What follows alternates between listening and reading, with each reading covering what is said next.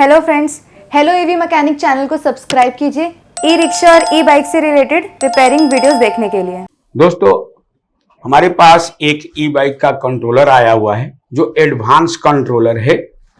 तो आज हम इस वीडियो में आपको बताने जा रहे हैं कि इसके मुख्य सेक्शन कौन कौन से हैं और इसके कौन सा सर्किट कहां पर लगा हुआ है, उसका शॉर्ट फंक्शन क्या है, ये मैं आपको इस वीडियो में बताऊंगा। तो ठीक इसी प्रकार के अगर आप एडवांस कंट्रोलर या एडवांस चार्जर जो ई व्हीकल से रिलेटेड होता है या ई रिक्शा से रिलेटेड होता है, अगर आप सीखना चाहते हैं तो आप हमें ज़रूर कांटेक्ट करें।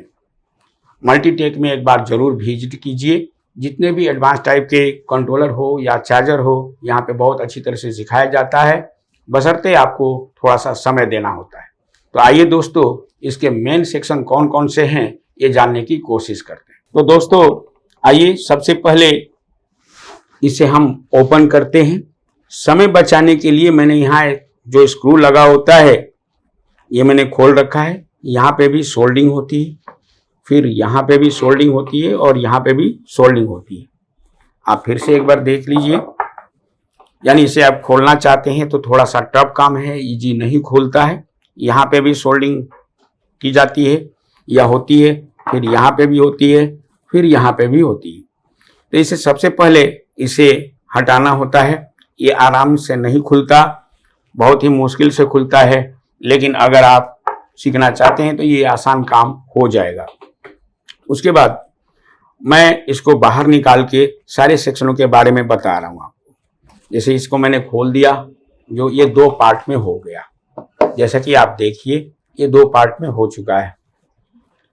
तो ये दो पार्ट में हो चुका है और इसमें ये मॉसफेट विभाग है या मॉसफेट सेक्शन कह सकते हैं, पुश पुल सेक्शन कह सकते हैं। इसके अपोजिट हीट सिंक लगा हुआ है, जैसा कि आप देख रहे हैं। इसके अपोजिट हीट सिंक लगा हुआ है और इधर मॉसफेट लगे हुए हैं। उसके बाद इसमें मुख्य रूप से 3 सेक्शन हैं। तो आते हैं, समझते हैं कि किस सेक्शन का नाम क्या है। तो सबसे पहले मैं इस सेक्शन की बात करूंगा जो आप यहाँ पे आप देख रहे हैं, ये वाला एरिया। ये एरिया जो DC to DC converter section कहलाता है, जिसमें कॉइल बेस बनाई गई है। ये हर कंट्रोलर में अलग अलग डिजाइन से बना होता है। ये DC to DC converter circuit है। इस सर्किट का मुख्य काम ये होता है कि जो हम की वायर के द्वारा 48 वोल्ट बैटरी से लेकर के देते हैं तो इसे वो 14 वोल्ट में बदल देता है और फिर उसे 5 वोल्ट में बदलने के लिए एक रेगुलेटर आईसी लगी होती है, जैसा कि ये आप देख रहे हैं। तो दोस्तों मैं यहाँ पे बताना चाहूँगा कि इस कंट्रोलर में 5 वोल्ट नहीं बल्कि 3.3 वोल्ट मिल रहा होगा, क्योंकि ये 3.3 वोल्ट का रेगुलेटर आईसी है, जो कि 48 वोल्ट जो बैटरी से लिया गया उसे इस सर्किट के द्वारा डाउन कर करके 14 वोल्ट बनाया गया। और 14 वोल्ट जो है इस पे सप्लाई दी जाती है इसके पिन नंबर 3 पर। 2 नंबर से आउटपुट होता है और 1 नंबर इसका ग्राउंड है। और इस तरह से यहाँ से 5 वोल्ट निकल जाती है 2 नंबर पिन से और 14 वोल्ट की सप्लाई ड्राइवर विभाग को जाती है और 5 वोल्ट की सप्लाई एक्सीलेटर को सप्लाई देने का कार्य करता है। साथ ही साथ मोटर होल्ड सेंसर को भी सप्लाई देने का काम करता है और ड्राइवर विभाग में भी जाता है 14 वोल्ट और 5 वोल्ट। तो दोस्तों मैंने DC to DC converter area को मैंने बता दिया। ये पूरा area DC to DC converter है, इंक्लूडिंग ये आईसी भी उसी में मानी जाती है। उसके बाद अब आते हैं ड्राइवर में। तो आप देखिए ये जो ट्रांजिस्टर सब लगे हुए हैं छोटे छोटे, ये जो जितने भी ट्रांजिस्टर्स लगे हुए हैं छोटे छोटे आप देख रहे हैं, ये सब के सब ड्राइवर विभाग कहलाता है। ये ड्राइवर विभाग भी इसी बोर्ड पे बना हुआ है। ये एक ड्राइवर सेक्शन है, दूसरा यहाँ पे बना हुआ है और तीसरा यहाँ पे बना हुआ है। तो ये सारे के सारे ट्रांजिस्टर मिल करके 3 अलग अलग ड्राइवर विभाग बनाए जाते हैं। क्यों बनाए जाते हैं? क्योंकि इसमें 3 चैनल का कंट्रोलर है और 3 फेज का कंट्रोलर है, ये कह सकते हैं। उसके बाद ये जो आईसी आप देख रहे हैं 358, जो कि कंपैरेटर आईसी है, जो कंपेयर करके सर्किट को एक्टिव करता है, ये वाली आईसी। किसी में 494 भी लगा होता है, तो वो भी एक कंपैरेटर आईसी है। अगर कंपैरेटर आईसी कैसे काम करता है, अगर आप इसकी जानकारी चाहिए तो एक बार आप मल्टीटेक जरूर विजिट करें। उसके बाद बात करता हूं मैं, ये जो आईसी दिख रहा है, जिसे एमसीयू भी कहा जाता है या कंट्रोलर आईसी भी कहा जाता है या माइक्रो कंट्रोलर भी कहा जाता है, मेन इस चिप का फंक्शन होता है। तो इस चिप को सप्लाई भी ये जो 3.3 वोल्ट का रेगुलेटर आईसी है उसके द्वारा दिया गया है। साथ ही साथ इसके द्वारा भी 3.3 वोल्ट यहाँ पे दी जाती है इस कंपैरेटर आईसी को। तो ये कंट्रोलर आईसी है, जो कि जितने भी एक्सटर्नल डिवाइस होते हैं हमारे कंट्रोलर से लगा हुआ या इंटरनल डिवाइस होता है उसे कंट्रोल करता है और स्विचिंग कराने के लिए ड्राइव पल्स भी निकाल के ड्राइवर विभाग को देता है। आप ये जो देख रहे हैं जंपर जैसा कंपोनेंट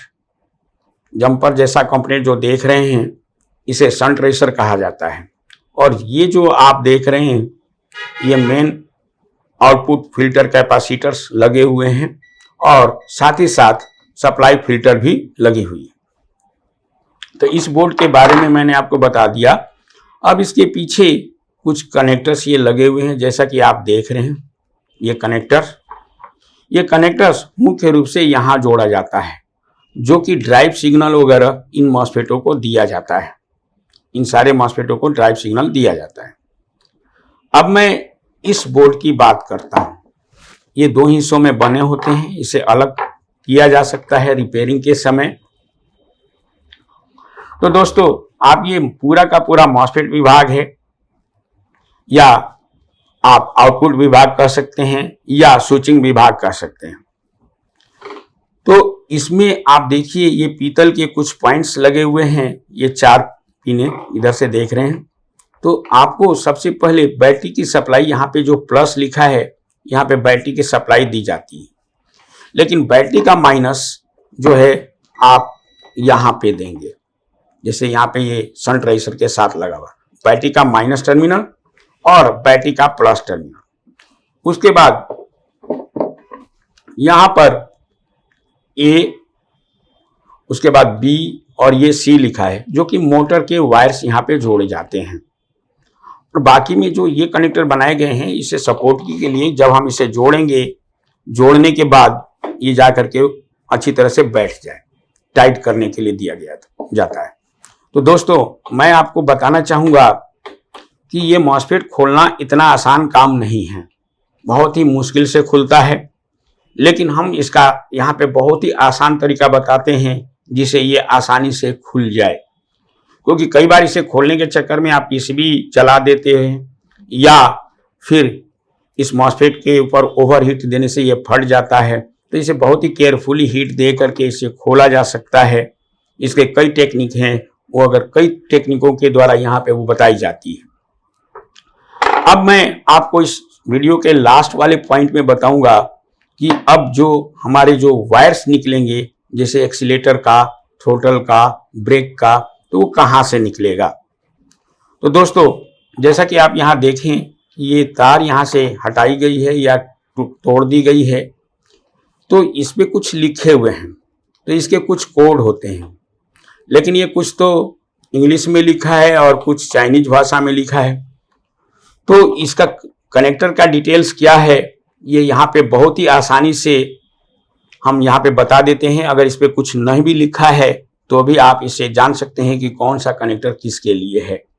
तो यहाँ से जो वायर्स निकलेंगे, जो जाएंगे एक्सीलेटर में, मोटर होल्ड सेंसर वगैरह में और ब्रेक वगैरह में, जो कि हम आगे जा करके जोड़ देते हैं। उसके बाद अब हम लोगों को ये जो कैपेसिटर्स था, जैसा कि मैंने बताया कि आउटपुट फिल्टर कैपेसिटर से, और फिर मैं इसे जोड़ करके एक बार दिखाता हूं कि ये कैसे जुड़ेगा। ये आप देख रहे हैं कि ये कनेक्टर है, और फिर हमें इसे इसमें बैठा के जोड़ना पड़ता है। ये लूज नहीं होनी चाहिए, लेकिन इससे पहले आपको यहाँ से जोड़ेंगे, फिर ये अपने आप जगह पर बैठ जाएगा। तो आसानी से ये बैठाया जा सकता है, जैसे कि मैंने यहाँ जोड़ दिया है, और फिर इसको आराम से दबाएंगे और उसके बाद इस पर सोल्डिंग कर देंगे। और जब इसमें कोई प्रॉब्लम होगा, जैसे मॉसफेट हमें चेंज करना होता है, मान लीजिए कि इसमें से मॉसफेट कोई भी खराब होती है, यहाँ से तो हम खोल सकते हैं, लेकिन अगर इधर का मॉसफेट खोलना है तो इसको हटाना ही पड़ेगा। जो ये मॉसफेट है, इनमें से कोई भी खराब हो जाए तो इसे हटा के खोला जा सकता है।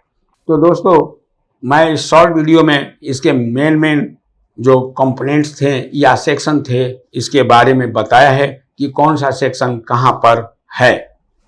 लेकिन अगर ये खराब हो जाए तो कैसे ठीक होगा, और उसको हम कैसे प्रैक्टिकल समझ सकते हैं, ये पूरी जानकारी हमारे यहाँ दी जाती है। और आप स्कीमेटिक डायग्राम के द्वारा भी हमारे यहाँ पढ़ सकते हैं।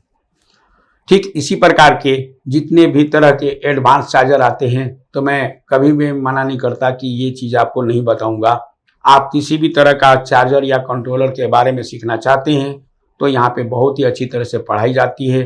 शर्त ये होता है कि आपको थोड़ा सा समय देना पड़ता है। आप एक्स्ट्रा समय दे करके भी आप यहाँ पे सीख सकते हैं। और सीखने के बाद अगर कोई दिक्कत आती भी है कि मान लीजिए 2 महीना, 4 महीना, 6 महीने के बाद, तो आप दोबारा आकर के पढ़ सकते हैं और उसके लिए कोई फी नहीं है। तो इस वीडियो में इतना ही। थैंक यू वेरी मच दोस्तों।